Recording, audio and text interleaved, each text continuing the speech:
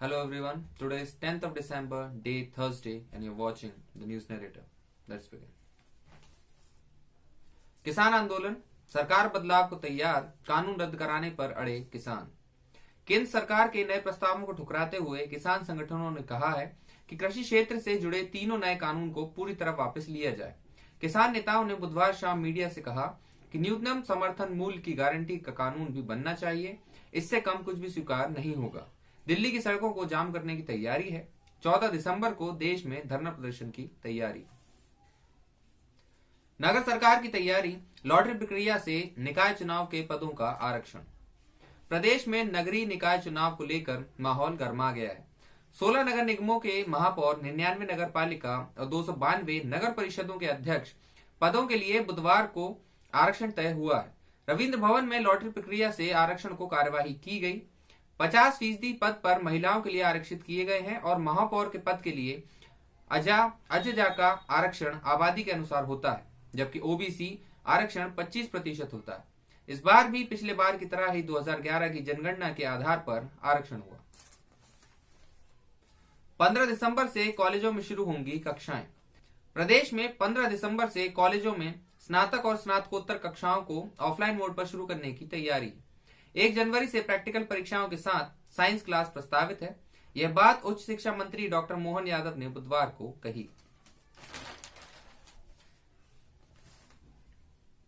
Covaxin और Covishield को मंजूरी नहीं, आंकड़ों को पर्याप्त नहीं माना।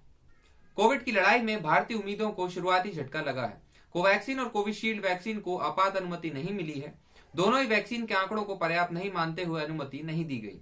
हालांकि माना जा रहा है कि सीरम इंस्टीट्यूट अगले कुछ दिनों में नए आंकड़ों के साथ फिर अनुमति मांग सकता है।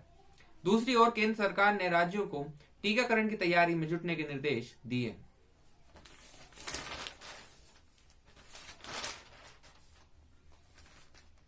बड़वानी में विशाल प्रदर्शन, दिल्ली के किसानों के साथ एकजुटता दिखाई गई। केंद्र सरकार द्वारा लाए गए 3 कृषि कानूनों के विरोध की आंच निमाड़ अंचल तक पहुंच गई। बुधवार को जागृत आदिवासी दलित संगठन के कार्यकर्ताओं ने शहर में रैली निकाली। इस दौरान पुराने कलेक्ट्रेट पर हुई आमसभा में इन्होंने बताया कि किसानों को फसलों को पूरा भाव नहीं मिलता है, इससे किसानों पर कर्ज का बोझ बढ़ रहा है।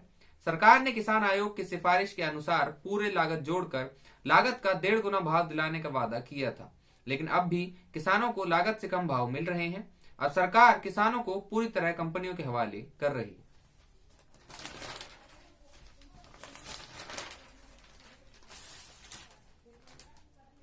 दक्षिण अफ्रीका 14 साल बाद करेगा पाकिस्तान का दौरा। दक्षिण अफ्रीकी क्रिकेट टीम की 2 टेस्ट मैच और 3 T20 मैच खेलने के मद्देनजर अगले वर्ष जनवरी व फरवरी में पाकिस्तान का दौरा करेगी। दक्षिण अफ्रीका का 14 साल के लंबे अंतराल के बाद पाकिस्तान का दौरा होगा। दक्षिण अफ्रीका वर्ष 2007 के बाद पाकिस्तान के दौरे पर जा रही है। विश्व रिकॉर्ड बनाने वाले पार्थिव ने लिया संन्यास, 18 साल के कैरियर का समापन। गुजरात को अपनी कप्तानी में पहली बार रणजी चैंपियन बनाने वाले पूर्व भारतीय विकेटकीपर बल्लेबाज पार्थिव पटेल ने क्रिकेट के सभी प्रारूपों को संन्यास लेने की बुधवार को घोषणा कर दी। इसके साथ ही उनके 18 साल के कैरियर का समापन हो गया। पटेल ने सोशल मीडिया पर पोस्ट कर संन्यास की घोषणा की। पार्थिव ने 25 टेस्ट, 38 वनडे और 2 T20 मैच खेले हैं।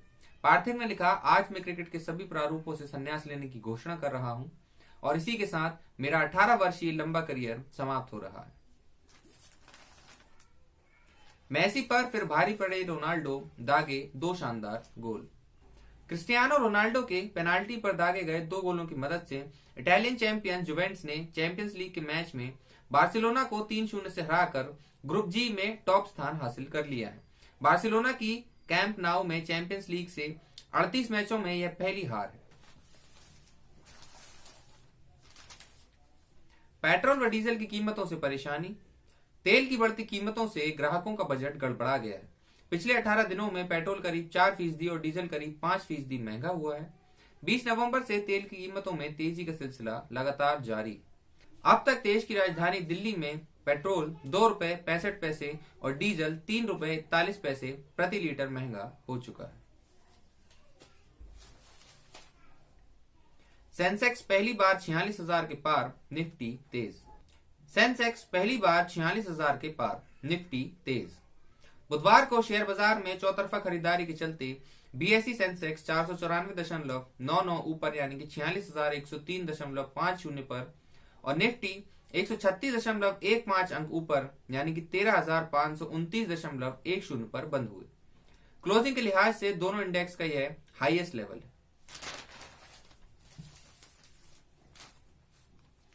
नासा मून मिशन 2024 में लॉन्च होगा आर्टेमिस 3। नासा 2024 में आर्टेमिस 3 मिशन लॉन्च करेगा। अमेरिका के अपोलो मिशन का और बढ़ाने का दिशा में यह पहला कदम है। किस तरह मिशन होगा खास? आर्टेमिस 3 21वीं सदी में मानव के चांद पर ले जाने वाला पहला मिशन होगा।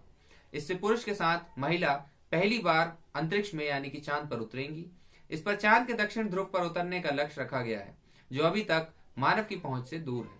चांद के दक्षिण ध्रुव का अध्ययन कई रहस्यों से पर्दा उठा सकता है। भारत चीन के रिश्ते सबसे मुश्किल दौर में, जयशंकर। यह भारत और चीन के संबंधों का सबसे मुश्किल दौर है। विदेश मंत्री एस जयशंकर ने ऑस्ट्रेलिया के लॉवी इंस्टीट्यूट से जुड़े माइकल फुलीलेव के साथ बातचीत में कहा कि सीमा पर चीन की एक तरफा कार्रवाई ने रिश्ते खराब किए हैं।